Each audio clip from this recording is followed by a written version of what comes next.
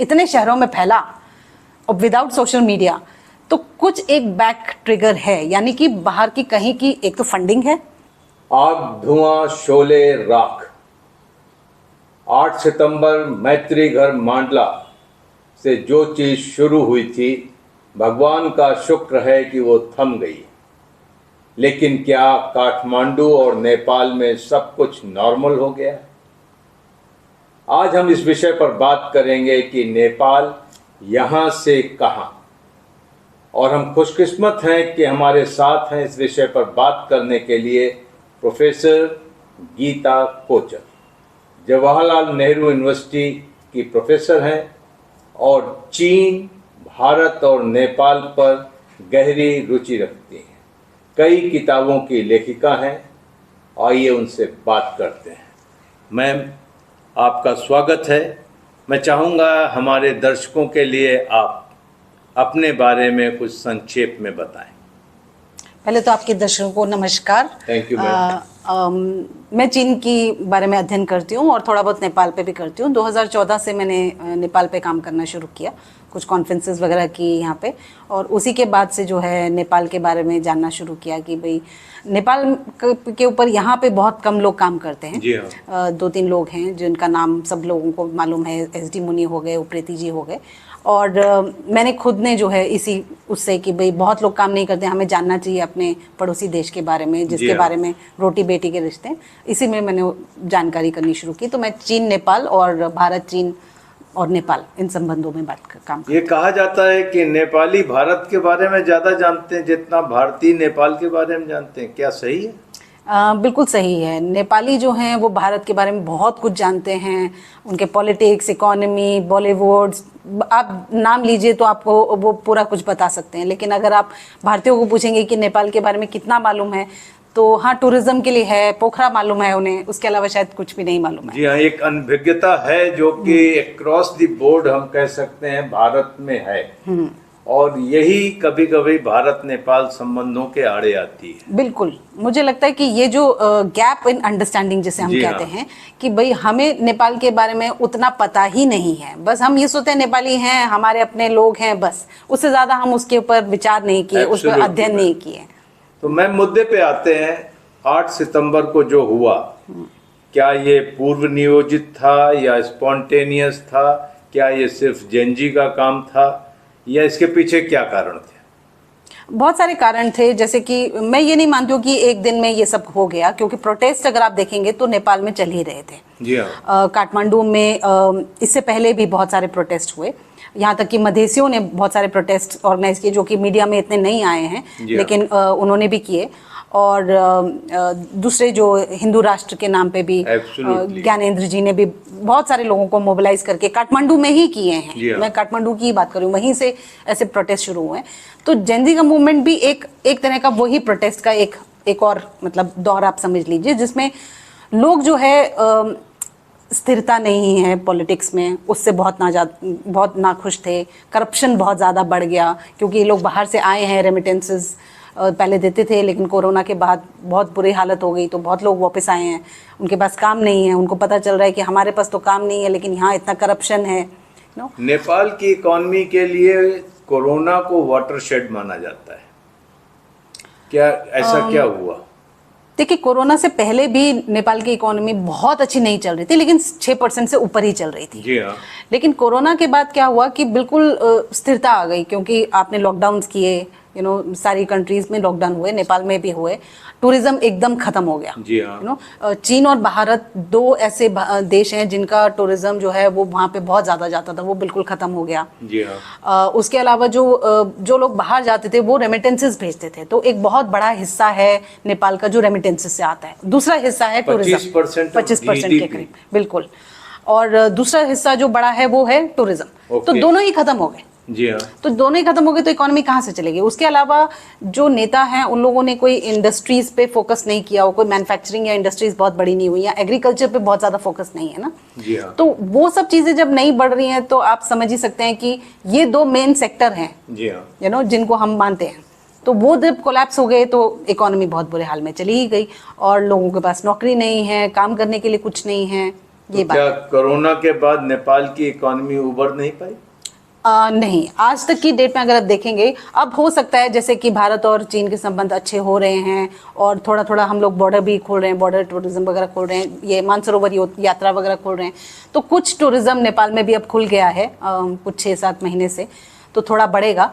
लेकिन वो तेजी जो पहले थी वो आज तक नहीं आई, नहीं आ पाई। नहीं। तो इस जो है नेपाल की जनता के लिए कहा जाता है कोई 90 लाख नेपाली बाहर काम करता है पूरी दुनिया में जी। तो अगर 90 लाख नेपाली बाहर काम करते हैं और 3 करोड़ 10 लाख की आबादी कही जाती है, तो 1/3 तो नेपाली खास करके यूथ बाहर काम करते हैं, तो नेपाल के घरेलू काम कौन करता है? देखिए, घरेलू काम कौन करता है ये अब आप देखेंगे, बहुत सारे गांव में आप जाएंगे तो बिल्कुल खाली हो गए हैं, गांव खाली हो गए। हाँ, क्योंकि सारे जितने यंग लोग हैं वो तो चले गए, अब तो सिर्फ बूढ़े बूढ़े लोग रह गए हैं यहाँ पे। तो खेती, तो खेती कहाँ हो रही? मतलब अगर आप जाके देखिए, आप पूरे मधेश में देखिए, जो खेती का पहले हाल होना था अब तो है ही नहीं। अब तो खेती सब बोलते हैं बहुत कम है, बहुत कम लोग हैं, जो बूढ़े लोग रह गए हैं, जो अपना अपना मतलब वो जगह छोड़ना नहीं चाहते हैं, गांव में ही रहे हैं तो नहीं छोड़ सकते हैं, मजबूरी है, वो लोग ही हैं जो कर रहे हैं। पशुपालन, एग्रो इंडस्ट्री सब बंद है। बहुत बहुत बुरा हाल है, क्योंकि अगर आप मधेश में जाएंगे तो पूरा जो एग्रीकल्चर पे फोकस होना चाहिए वो इन लोगों ने दिया ही नहीं है, जितने लीडर्स आए। एक जमाना था, मैं किसी एक्सपर्ट से मिला तो वो कहते थे कि नेपाल किसी जमाने में भारत को धान निर्यात करता था। आज की डेट में वो हाल नहीं है, आज धान मंगाता है खाने के लिए। बिल्कुल सही तो बोल रहे हैं। जब आप अपने डोमेस्टिक इकोनॉमी को इतना निगलेक्ट करेंगे तो फिर ये एक हमारे पहाड़ों में एक टर्म है, कुमाऊं में, हिमाचल में, पोस्टमैन इकोनॉमी, आपको याद होगा। जब मनी ऑर्डर आएगा तो घर का तो खर्च चलेगा, बिल्कुल, तो वही रेमिटेंस है। बिल्कुल। तो अगर वही पोस्टमैन इकोनॉमी पर अगर हम आके रुक गए, रेमिटेंस बुरी चीज नहीं है, बिल्कुल, लेकिन डोमेस्टिक इकोनॉमी के कीमत पर तो कहीं ना कहीं वो पिंच करता है। बिल्कुल, क्योंकि जो ये आप जो जेनजी मूवमेंट की बात कर रहे हैं, सोशल मीडिया को बंद करने का एक जो सबसे ज़्यादा इम्पैक्ट हुआ वो यही कि आप जो अपने बच्चे थे जो बाहर उनसे बात कर सकते थे, उनसे वो रेमिटेंसेस का पैसा आता था उसी के थ्रू, जी हाँ, वो सब बंद हो गया। अच्छा, तो आप मतलब कैसे जिएंगे आप? किस तरह से? ये भी एक आक्रोश था लोगों में, मतलब करप्शन। हाँ, करप्शन तो एक बहुत बड़ा मुद्दा है। उसके अलावा बैन तो सिर्फ 7 दिन रहा, लेकिन ट्रिगर तो बन गया, ट्रिगर बन गया। बिल्कुल, बिल्कुल। तो मैम, ये जो हम बात कर रहे थे कि इसके पीछे सोशियो इकोनॉमिक कॉज थे, और खास करके एक बात और भी मैंने लोगों से सुनी है कि जितने जवान लोग बाहर गए काम करके आए, वो वहां से अवेयर होके आए, बिल्कुल, एक अपना गवर्नेंस का परसेप्शन लेके आए, अपनी एस्पिरेशंस लेकर के आए कि हेल्थ सर्विसेज कैसी होनी चाहिए, ट्रांसपोर्ट कैसा होना चाहिए, एजुकेशन कैसा होना चाहिए, करप्शन फ्री होना चाहिए, रिस्पांस क्या होना चाहिए। और जब वो आकर के उस टेम्पलेट को नेपाल के टेम्पलेट से मिलाते थे तो उन्हें काफ़ी खामियां नज़र आती थी, और वहाँ से शुरू हुआ डिससेटिस्फैक्शन। देखिए, जो डिससेटिस्फैक्शन आप बोल रहे हैं, ठीक है, ये बात सही है कि वो लोग जब यूएस में गए या यूरोप में जाते हैं तो ये एक डिससेटिस्फैक्शन लेके आते हैं, लेकिन उससे बड़ा कारण मुझे जो लगता है वो ये है कि एक तरह से देखें तो जो रूलिंग पार्टीज थी वो कम्युनिस्ट पार्टी थी। जी हाँ, मेन रूलिंग पार्टीज, ठीक है ना। आप यूएमएल की बात कर लीजिए, माओइस्ट की करें, क्योंकि वही इलेक्ट होके आई थी 2018 में। इसके अलावा 10-12 और वो सब छोड़ दीजिए, मतलब मेन पार्टीज की बात कर रही हूँ, तो वो कम्युनिस्ट हैं, और ज्यादातर नेपाली जो है वो कम्युनिस्ट हो रहे हैं, और बहुत सारे नेपाली जो हैं अब चाइना जा रहे हैं। ओके। तो जब वो चीन जाते हैं और चीन का जब इंफ्रास्ट्रक्चर देखते हैं और चीन का रहन सहन देखते हैं, तो वो सोचते हैं कि जो कम्युनिस्ट चीन में कर पाए वही कम्युनिस्ट हमारे नेपाल में भी करने चाहिए। लेकिन जब वो नेपाल में वापस आते हैं तो उनको लगता है कि हमें तो कुछ भी नहीं मिल रहा है यहाँ पे, तो ये कम्युनिस्ट हमारे जो लीडर हैं ये क्या कर रहे हैं। ओके, मतलब वही चीज देखिए, कम्युनिस्ट तो सबको इन लोगों ने कम्युनिस्ट बना दिया, जी हाँ, ठीक है ना। यूएमएल वालों ने भी बनाया, माओइस्ट ने भी बनाया, इतने सारे कैडर बेस है उनका, पूरा माओइस्ट रेवोल्यूशन जो है वहीं से हुआ है। उनको यही एक आशा दी कि आपका, जैसे ओली जी भी ये बात बोलते थे कि मैं जब आया हूँ प्रधानमंत्री बन के तो मैं बनाऊंगा समृद्ध नेपाल, सुखी नेपाली। ओके, ये उनका कहना था कि मैं कम्युनिस्ट लीडर जो रिप्रेजेंट कर रहा हूँ, मैं समृद्ध नेपाल बनाऊंगा, सुखी नेपाली बनाऊंगा। लेकिन जब वो नेपाली चीन की यात्रा करके जब वापस आते हैं तो वो देखते हैं कि ना तो यहाँ पे समृद्ध नेपाल है और ना ही यहाँ सुखी नेपाली हैं। Same template. सेम तो टेम्पलेट। जो कम्युनिज्म चीन में दवा था, वही कम्युनिज्म नेपाल के लिए जहर बन गया। बिल्कुल, यहाँ पे तो कुछ मिल नहीं रहा है उन लोगों को, और वो सोच रहे हैं कि यहाँ के जो नेता हैं वो वहाँ की नेता की तरह काम क्यों नहीं कर रहे हैं कि आप जाइए, एक एक गांव में जाइए, उनके दुख सुनिए, उनके दुखों का मतलब जो भी निवारण कर सकते हैं उतना कीजिए, जितनी भी मदद कर सकते हैं आप कीजिए। आप तो यहाँ पे अपने पैसा बनाए जा रहे हैं और हमें कुछ नहीं मिल रहा है। इन सारे दिनों में सारे जितने आप 2007-8 जो भी है आप बेंचमार्क पकड़े, नेपाल में एक पॉलिटिकल एलीट बहुत बुरी तरीके से खड़ा हुआ, बहुत जल्दी खड़ा, बहुत। और उन्होंने जिस तरीके की संपत्ति अर्जित की, बिल्कुल, और वो एक कॉज था बहुत बड़ा। बिल्कुल, क्योंकि आप इस 8 सितंबर के मूवमेंट में एक कॉज और भी था, नेपो किड के नाम से, और जितने भी बड़े बड़े लोगों के बच्चे थे, उनके विदेश कैसे जाते हैं, कपड़े कौन से पहनते हैं, हैंडबैग कौन सा लेके चलते हैं, कारें कौन सी हैं उनके पास, ये इतना प्रचारित किया गया और उससे बहुत ज़्यादा फर्क पड़ा। तो जेनजी में ये एक बात आई कि क्योंकि नेपाल में एक चीज़ है कि सिविल सोसाइटी बहुत एक्टिव है। ओके, ठीक है, सारे लोग जो हैं पॉलिटिकली मोटिवेटेड हैं और सिविल सोसाइटी बहुत ही एक्टिव है। तो प्रोटेस्ट भी होते हैं, क्रिटिसिज्म भी होता है, मीडिया भी बहुत एक्टिव है। अब क्या हुआ कि ये सोशल मीडिया जब आया तो वो भी वैसे ही एक्टिव हो गया।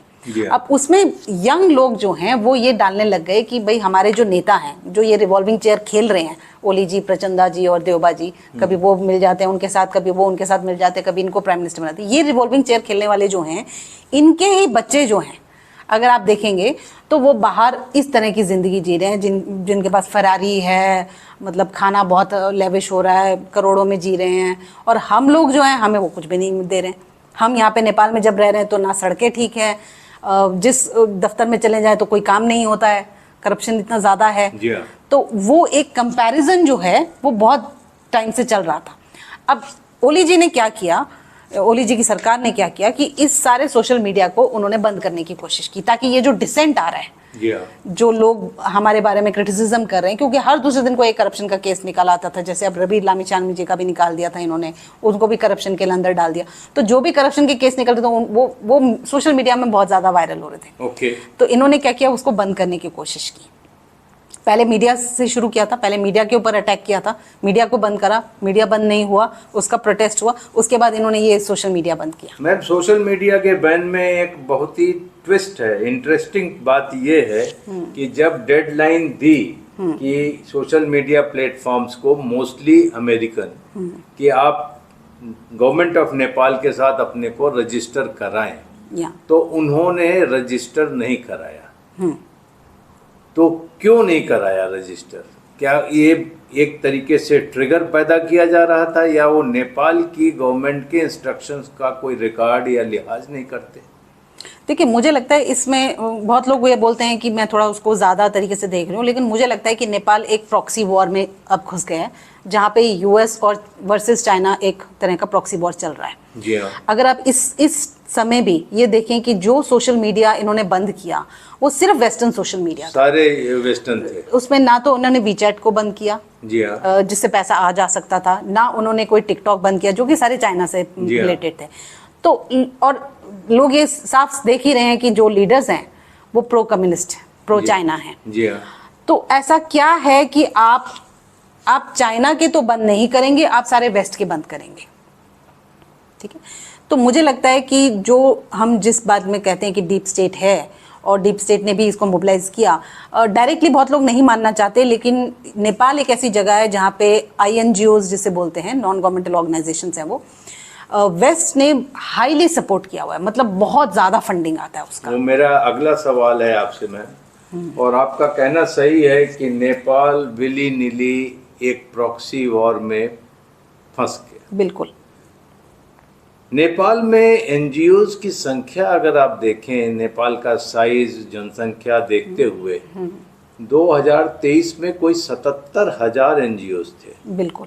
INGOs की मैं बात कर रहा हूँ, सभी तरीके के। तो अगर इस तरीके के NGOs होंगे तो कोई ना कोई तो एजेंडा ले करके आएंगे और चलाएंगे। तो वो एक अनब्रिडल्ड ग्रोथ हम देखते हैं NGOs की, जिसमें चर्च भी है, इसमें हर तरीके के मुद्दे के लोग हैं। बिल्कुल। तो इसका भी एक कारण रहा होगा। बिल्कुल रहा है, वही मैं आपको बता रही हूँ कि यहाँ पे ये जो प्रॉक्सी वॉर मैं देख रही हूँ वो है कि जो वेस्ट है वो अपना एक एजेंडा इसमें चलाना चाहता है, जिसमें डेमोक्रेसी एक फैक्टर है कि डेमोक्रेसी बनी रहे नेपाल में। दूसरा था कि जो हम क्वाड की बात कर रहे हैं, इंडो पैसिफिक की बात कर रहे हैं, उसमें आज तक नेपाल राजी नहीं हुआ। जो उन्होंने एमसीसी फंड भी लिया वेस्ट से $500 बिलियन का, वो भी बहुत मुश्किल से उसको पार्लियामेंट में पास कराया गया। उसके भी अभी उसी एक हफ्ते पहले ही, मतलब ये जो मूवमेंट हुआ है उससे एक हफ्ता पहले ही यूएस का एक डेलीगेशन वहां गया था इसी पे दोबारा बात करने के लिए भी। और तीसरी बात जो थी वो थी टिबेटन्स की। ओके। क्योंकि जो टिबेटन रिफ्यूजीज का जो रोल है नेपाल में, ये बहुत इंपॉर्टेंट है। ओके। 2008 में भी चाइना ने बहुत ज़्यादा इन्फ्लुएंस किया और टिबेटन्स वहाँ पे कोई भी एक्टिविटी नहीं कर पाए। लेकिन अब जो है वेस्ट ये चाहता है कि जो रेफ्यूजीज वहाँ पे आते हैं उनको वो प्रोटेक्शन मिले, जबकि नेपाल चीन के साथ मिलके एक मतलब एक्सट्रेडिशन टीटी जिसे बोलते हैं वो साइन करने की कोशिश कर रहा है ताकि उन्हें टिबेटन्स वापस भेजा जाए। कितनी नफरी होगी, कितनी संख्या होगी टिबेटन रिफ्यूजीज की?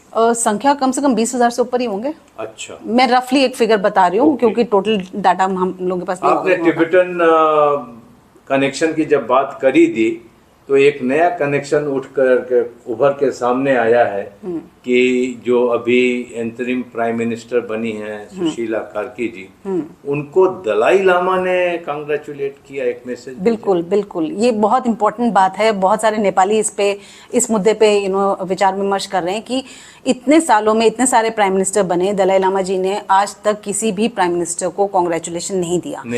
तो ये इंटरिम गवर्नमेंट में वो भी सिर्फ 6 महीने के लिए जो बनी हैं उनको स्पेशली ये कांग्रेचुलेट कर रहे हैं। तो इसका क्या मतलब है? कुछ ऐसा है कि यूएस का कुछ सपोर्ट आ रहा है उनको, या सीआईए का कोई इंटरेस्ट है? क्योंकि तिब्बत के मूवमेंट में सीआईए का डायरेक्ट इंटरेस्ट सब लोग नेपाली देखते हैं। जी हाँ। तो उन लोगों को लगता है कि कुछ ऐसा है, या दलाई लामा जी को आज हमारे इस मूवमेंट में क्या इंटरेस्ट आ गया? मतलब उनको ऐसा लग रहा है कि शायद अब टिबेटन्स वहाँ पे सेफ हैं नेपाल में। ओके। अब हो सकता है कि उन रेफ्यूजीज के साथ वो एक्सट्रेडिशन ट्रीटी साइन करके चीन में वापस नहीं भेजा जाएगा। जी हाँ।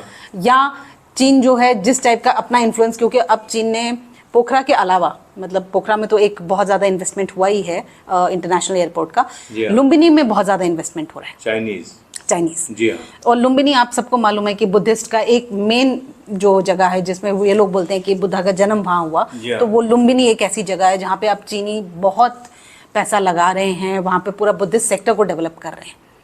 तो इसलिए उन लोगों को लगता है, मतलब मुझे ऐसा लग रहा है कि शायद नेपाली ये समझने की कोशिश कर रहे हैं कि दलाई लामा जी को ये लग रहा है कि हमारा जो बुद्धिस्ट स्टार्टिंग पॉइंट जैसे मान लीजिए, या जो हमारे बुद्धा जी का जन्म की वो है, उसमें चीन अब उतना इन्फ्लुएंस नहीं कर पाएगा।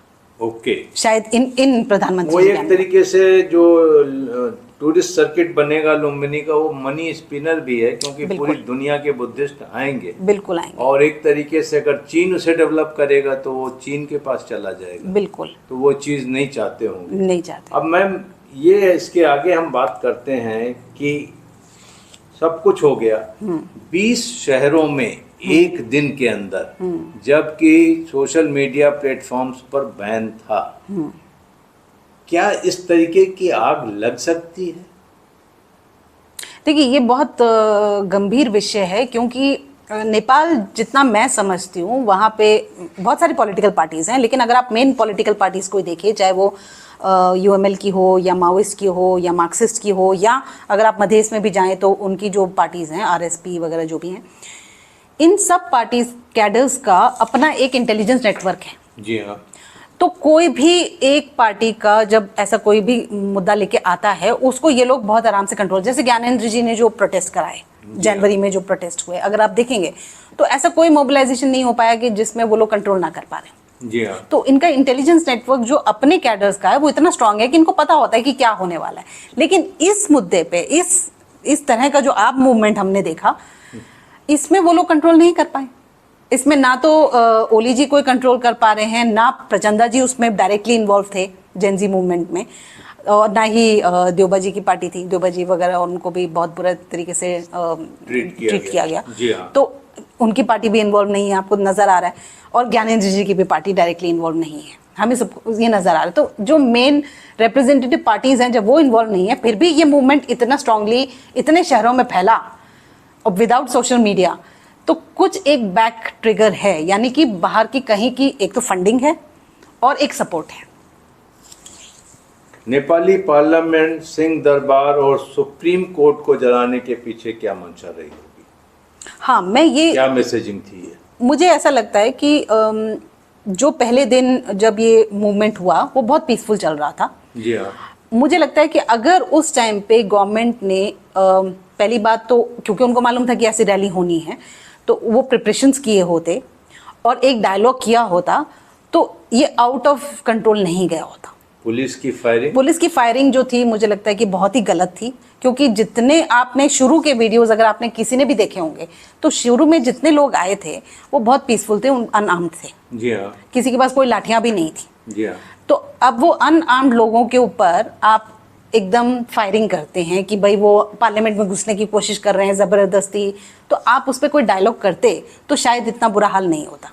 उसी के शाम को अगर आप देखेंगे, ये सुबह सब कुछ हुआ, फायरिंग वगैरह हुआ, बहुत लोगों को भगाया गया, उसी के शाम तक पुलिस जो है वो इतने विग्रस एक्शन में आ गई कि लोगों के घरों में जा जाके उनको पकड़ रही है, लोगों को टॉर्चर कर रही है, यहाँ तक कि हॉस्पिटल्स में भी, हाँ, हॉस्पिटल्स में भी वो लोग टॉर्चर कर रहे थे, हैरासमेंट कर रहे थे। तो ये थोड़ा सा आउट ऑफ कंट्रोल चला गया। ये जो आक्रोश हुआ ना, फिर उसका बैकलैश मुझे लगता है अगले दिन ज्यादा हुआ। अब उसमें दो चीजें और हो गई मुझे लगता है। एक तो बहुत सारे ऐसे लोग होंगे जो बाहरी तत्व थे, जो नेपाल के नहीं थे, जिन्होंने इसका एडवांटेज लिया होगा सिचुएशन का। जी हाँ।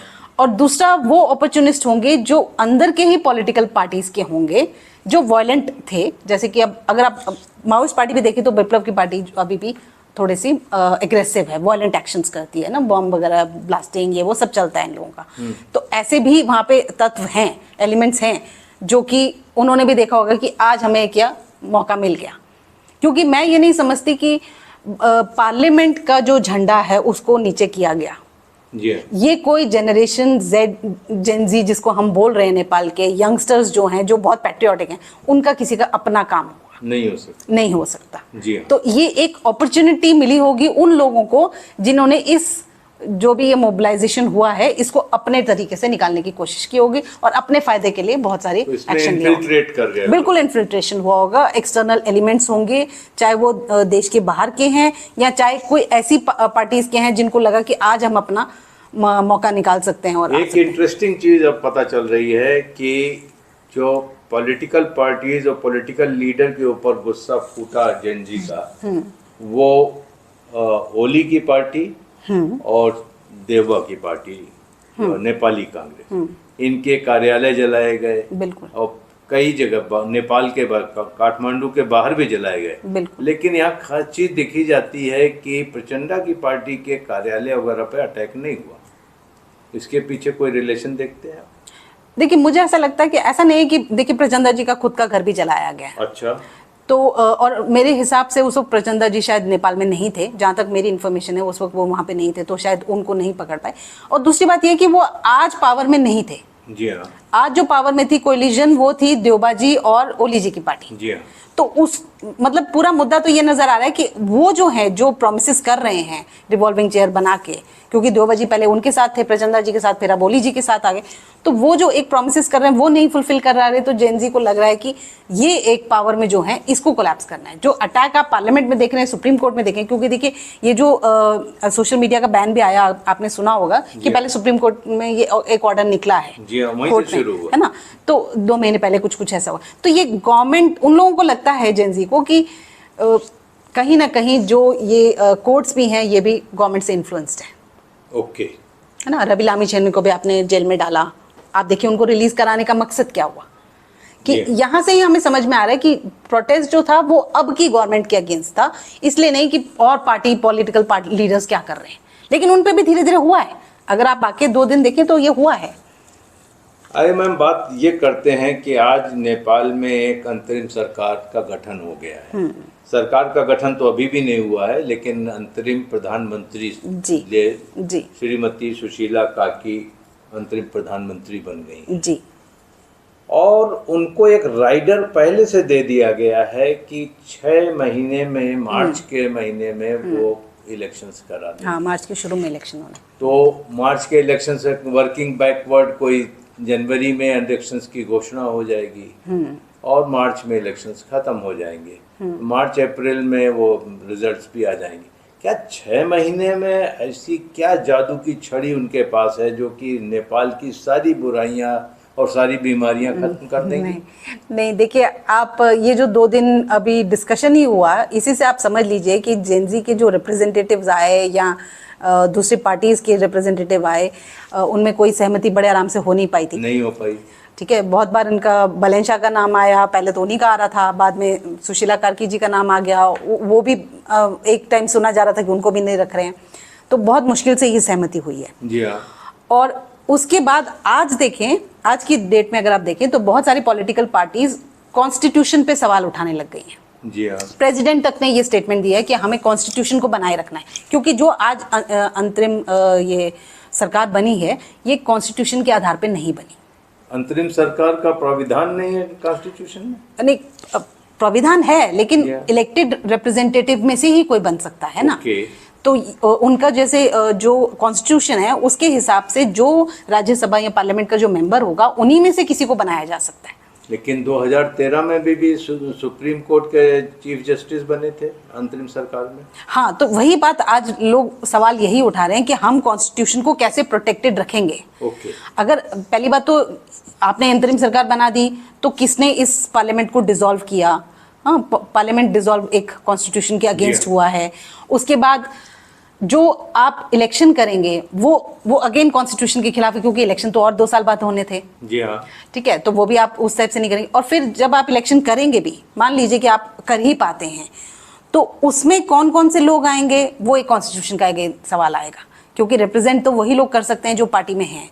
और आज की डेट में जो इनके ये होता है कि जो मेजॉरिटी पार्टी है, इसमें एक पार्लियामेंट्री रिप्रेजेंटेशंस होता है और पार्टी रिप्रेजेंटेशंस होता है ना, तो वो दोनों नहीं हो पा रहे फुलफिल। जो वो पार्टी रिप्रेजेंटेशंस का जो है, वही तो इस कॉन्स्टिट्यूशन की सबसे बड़ी वीकनेस मानी जा रही है। और इलेक्शन कराने के लिए देखिए, आपने पार्लियामेंट को डिसॉल्व कैसे तैसे कर दिया, लेकिन प्रोविंशियल पार्टीज जो गवर्नमेंट है वो डिसॉल्व नहीं हुई।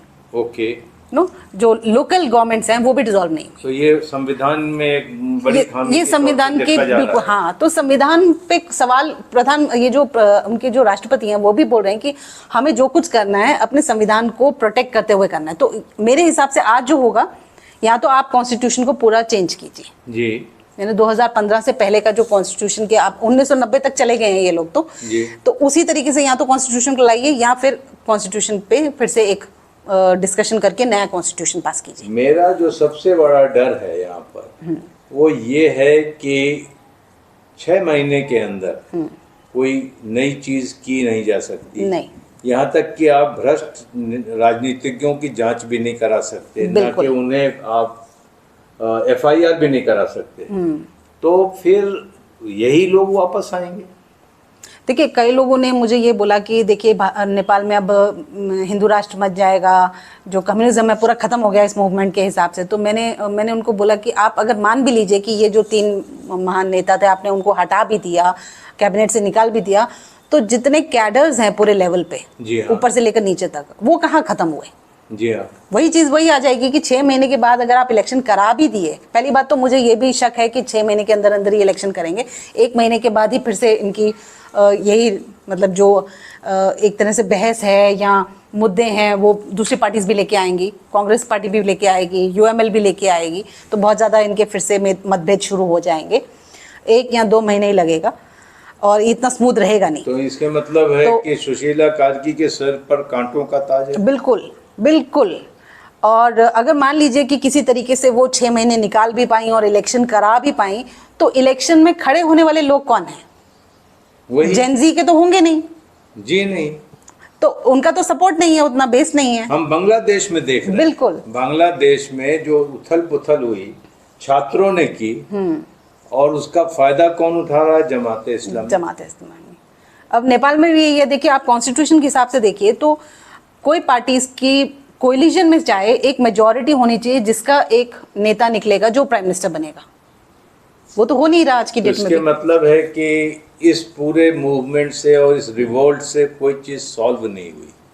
नहीं, आज की डेट में तो नहीं हुई। सिर्फ ये है कि एक संदेश चला गया कि हमें थोड़ा सा, अब जो भी नेता आएगा उसके ऊपर एक प्रेशर रहेगा बस। ओके। एक रहेगा कि भाई मुझे जो भी काम करना है ये सोच के करना है कि कल को लोग खुश हो रहे हैं कि नहीं, उनकी समृद्धि हो रही है कि नहीं, बस। Ma'am, 2 quick points. मोनार्की आएगी? बहुत मुश्किल है आज की डेट में, लेकिन हाँ, कोशिश जरूर करेंगे वो लोग भी। क्या नेपाल हिंदू राष्ट्र बनेगा? मुझे ऐसा लगता है आज नहीं तो कल हिंदू राष्ट्र बनेगा। अगर बात करें अंडर करेंट की, तो मोनार्की के पक्षधर ज्यादा है या हिंदू राष्ट्र के ज्यादा है? हिंदू राष्ट्र के। हिंदू राष्ट्र बनने के संभावनाएं हैं? बिल्कुल, क्योंकि बहुत सारे ऐसे कांग्रेस के लीडर्स भी हो चुके हैं हम जो इसको सपोर्ट कर रहे हैं। पहले ऐसा नहीं था, लेकिन आज की डेट में है। अच्छा, तो अभी जो है नेपाल के लिए आपका क्या संदेश है? किस तरीके से नेपाल को आगे बढ़ना चाहिए? देखिए, पहली बात तो मैं जिन लोगों ने भी ये किया है उनको ये संदेश देना चाहूंगी कि आप लोगों ने जो भी किया बहुत गलत किया। क्योंकि अगर आप समृद्ध नेपाल की बात करते हैं तो ये जो बिलियंस ऑफ डॉलर्स आपने खराब कर दिए, पूरा पार्लियामेंट, 7,000 करोड़ बिल्कुल आपने नेपाली रुपए का नुकसान हुआ है। प्राइवेट प्रॉपर्टी की बात नहीं कर रहा। ये बहुत गलत किया है जिसने भी किया है। मतलब किया तो खैर है तो नेपाल के लोग ही ना, चाहे वो सपोर्ट कहीं से भी आ रहा है, किया तो नेपाली लोगों ने। ये बहुत गलत किया है, मैं इसकी कड़ी शब्दों में निंदा करती हूँ। जी हाँ। क्योंकि आपने सुप्रीम कोर्ट, पार्लियामेंट, मतलब मैं नेताओं के घरों की बात नहीं कर रही हूँ, मैं मेन गवर्नमेंट इंस्टीट्यूशंस की बात कर रही हूँ, जिनको आपने खत्म कर दिया और बहुत सारी फाइलें भी जला दी हैं। मतलब ये बहुत गलत किया। और पार्लियामेंट में भी शायद 30 से ऊपर लोग मर गए जब जले हैं। तो ये बहुत कड़ी शब्दों में हर एक को निंदा करनी चाहिए। अब दूसरा ये है कि क्या करना चाहिए। मुझे लगता है कि एक पब्लिक डिबेट, क्योंकि नेपाल बहुत ओपन सोसाइटी है जहाँ पे डिबेट होता है, एक पब्लिक डिस्कोर्स होना चाहिए कि हमें नेपाल को कहाँ ले जाना है। एब्सोल्युटली। और उसमें प्रॉक्सी वॉर की कोई स्पेस रखनी है कि नहीं। मतलब कि ये यूएस चीन के बीच का एक जो वॉर चल रहा है वो नेपाल में होना चाहिए या नहीं होना चाहिए। ओके। वो चीज सोचने का अधिकार नेपालियों का है और नेपालियों को इसके ऊपर विचार विमर्श करना चाहिए। पूरा पब्लिक ओपन डिबेट होना चाहिए। Very interesting. और तीसरी चीज जो मुझे सबसे ज्यादा इंपॉर्टेंट लगती है कि आपको ये देखना चाहिए कि करप्शन आपका एक मुद्दा था। अब मैं मानती हूँ कि 6 महीने में इसको खत्म नहीं किया जा सकता, और 6 महीने के बाद जो इलेक्शन हो भी गए तो वो नेता भी बहुत अच्छे नहीं आएंगे। लेकिन आप किस तरह से ऐसे इंस्टीट्यूशंस बना सकते हैं जो इसकी अकाउंटेबिलिटी करें। एब्सोल्युटली। दैट उसके ऊपर विचार, बिल्कुल वो ट्रांसपेरेंसी और वो अकाउंटेबिलिटी के ऊपर आपको काम करना चाहिए। हमारे देश से भी अगर आप देखें, भारत में मोदी जी के आने के बाद बहुत सारे ऐसे काम हुए हैं जिससे जो करप्ट के गैप्स थे उनको हम फिल कर पाए हैं बहुत सारी जगहों पे। ये नहीं है कि कंप्लीटली ठीक हो गया है जी, लेकिन बहुत जगह हम फिल कर पाए। नेपाल को इस चीज़ पे बहुत ज़्यादा विचार करना चाहिए, मीडिया को भी इसमें सपोर्ट करना चाहिए। और सिर्फ ये बोल के कि अब उस पार्टी ने कर दिया या उस पार्टी ने कर दिया, ये एक सोल्यूशन नहीं है। नेपाल भारत के रिलेशंस इसके आगे कैसे होने चाहिए और भारत को नेपाल की किस तरीके की मदद करनी चाहिए? ये बहुत इम्पॉर्टेंट चीज़ है। मुझे लगता है कि भारत को 2-3 चीज़ें बहुत ज़रूरी करनी चाहिए। एक तो अपनी इंटरनल सिक्योरिटी तो एक बहुत इंपॉर्टेंट बात है कि बॉर्डर में सिक्योरिटी आपको बढ़ानी ही पड़ेगी, क्योंकि हमने ऐसा सुना है कि बहुत सारे जेलों से भी लोग निकल गए हैं। नेपाल में भी बहुत सारी अशांति हो गई है, तो भारत में भी इसका इम्पैक्ट होगा। वो चीज़ें आपको देखनी है। उसके अलावा मैंने दूसरे एक चैनल पे भी यही बोला है कि जो हमारी भारत का जो दूतावास नेपाल में है उनको बहुत एक्टिवली काम करना चाहिए। उनको बहुत सारे जो स्टेक होल्डर्स हैं उनको यूनाइट करना चाहिए, उनके साथ एक डिस्कशन में लाना चाहिए, क्योंकि जो कुछ नेपाल में हो रहा है वो सीधा सीधा हम पे इन्फ्लुएंस करता है, हम पे इम्पैक्ट करता है। और हमारे अपने मतलब लोग हैं जिनका अच्छा हो रहा है या बुरा हो रहा है, अपना जैसे हम सोचते हैं कि एक एक्सटेंडेड फैमिली है तो उसके साथ अगर कुछ बुरा हो रहा है तो हमारे को भी सोचना चाहिए। तो उनको एक स्टेक होल्डर्स को लाना चाहिए।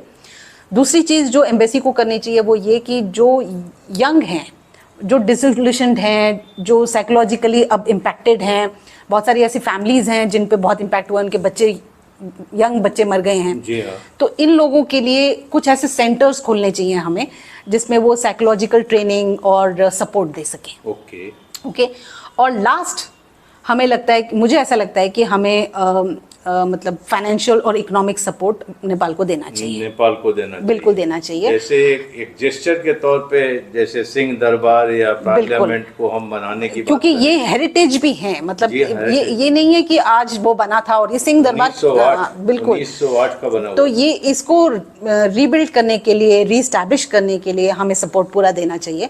और इससे ये भी होगा कि एक भारत का बहुत पॉजिटिव अप्रोच भी जाएगा नेपाल में, कि हम जो एक एंटी सेंटिमेंट्स बने हुए हैं वो भी अपने आप कम होंगे, कि हम लोगों का आपको खत्म करने में या आपको खराब करने में या आपके अंदर उथल पुथल करने में कोई इंटरेस्ट नहीं है। हमारा इंटरेस्ट है कि आप बड़े प्रगति करें। हमारे प्रधानमंत्री जी ने भी साफ साफ बोला है कि उसकी प्रॉस्पेरिटी और प्रोग्रेस में ही हम लोग खुश हैं।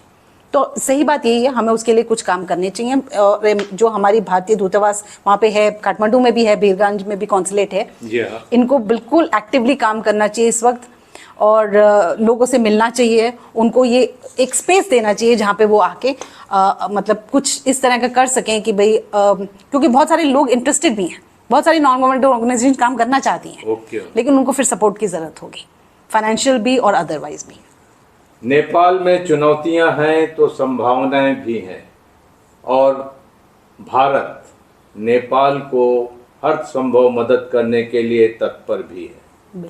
मैम, आपका बहुत धन्यवाद कि आपने भारत नेपाल संबंध और नेपाल के आंतरिक मामलों के ऊपर इतनी खूबसूरती से प्रकाश डाला। Thank you so much.